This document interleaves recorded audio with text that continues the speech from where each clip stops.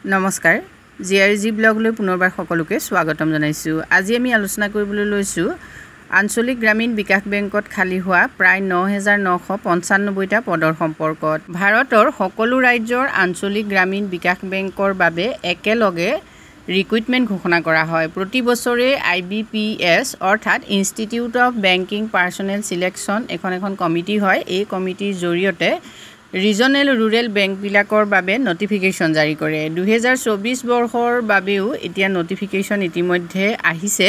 এই নটিফিকেশ্যন মতে 9,995টা পদ খালী আছে ভাৰতবৰ্ষৰ বিভিন্ন আঞ্চলিক গ্ৰামীণ বিকাশ বেংকত। এই পদসমূহ অফিচ এছিষ্টেণ্ট আৰু অফিচাৰৰ পদ হয়। গতিকে পদসমূহৰ বাবে কোনে কোনে আবেদন কৰিব পাৰিব, লগতে যোগ্যতা কি লাগিব সেই সম্পৰ্কত সম্পূৰ্ণ তথ্যখিনি তোমালোকে জানিব পাৰিবা আজি ভিডিঅ'টোৰ জৰিয়তে। IBPS ৰিক্ৰুটমেণ্টৰ সবিশেষ তথ্যখিনি তোমালোকে চাই লোৱা। পোষ্ট নেম হ'ল group A and group B officers আৰু টোটেল পোষ্ট হ'ল 9,995। অৰ্গেনাইজেশ্যন হ'ল IBPS।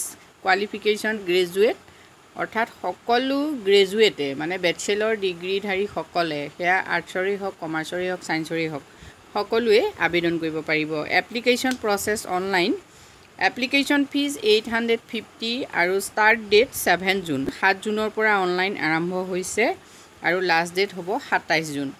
নেম অফ ৰিক্ৰুটমেণ্ট হ'ল কমন ৰিক্ৰুটমেণ্ট প্ৰচেছ মানে CRP। এজ ৰিলেক্সেশ্যন চোৱা। Upper age relaxation will be 3 years for OBC MOBC candidate, 5 years ST candidate আৰু 10 years PWD কেণ্ডিডেটৰ বাবে। এতিয়া সবিশেষ তথ্যখিনি যদি তোমালোকে চাব বিচাৰা ডেছক্ৰিপশ্যন বক্সৰ লিংকত গৈ চাব পাৰিবা। এক্সাম চেণ্টাৰ যিহেতু অসমত ডিব্ৰুগড়, গুৱাহাটী, যোৰহাট, শিলচৰ আৰু তেজপুৰত হ'ব।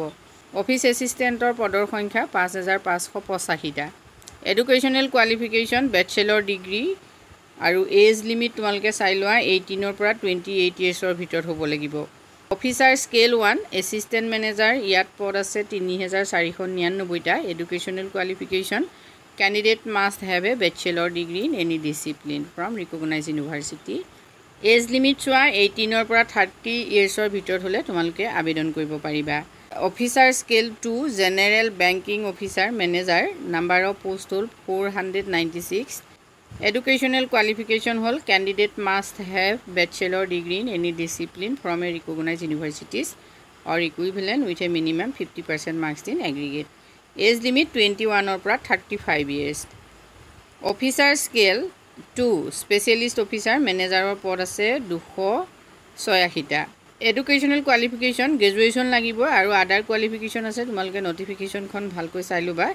এজ লিমিট 21 পৰা 32 years। Officer scale 3 senior manager, ইয়াত পদ আছে 129টা।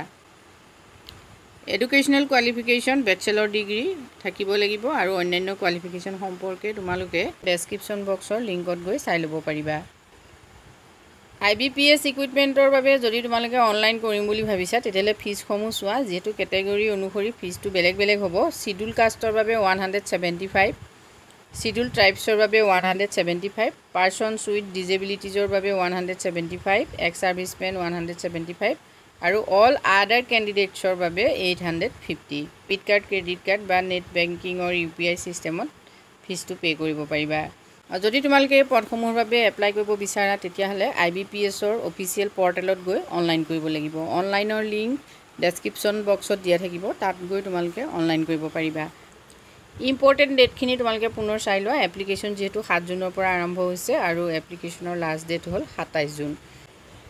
আঞ্চলিক গ্ৰামীণ বিকাশ বেংকত যদি তোমালোকে চাকৰি কৰিব খোজা তেতিয়াহ'লে তোমালোকে CRP যিটো এক্সাম বা এণ্ট্ৰেঞ্চ হ'ব সেইটো দিব লাগিব। এতিয়া সেই এণ্ট্ৰেঞ্চ সম্পৰ্কত যদি তোমালোকে জানিব খোজা তেতিয়াহ'লে কমেণ্ট কৰি জনাবা। আজিলৈ ইমানেই, ধন্যবাদ।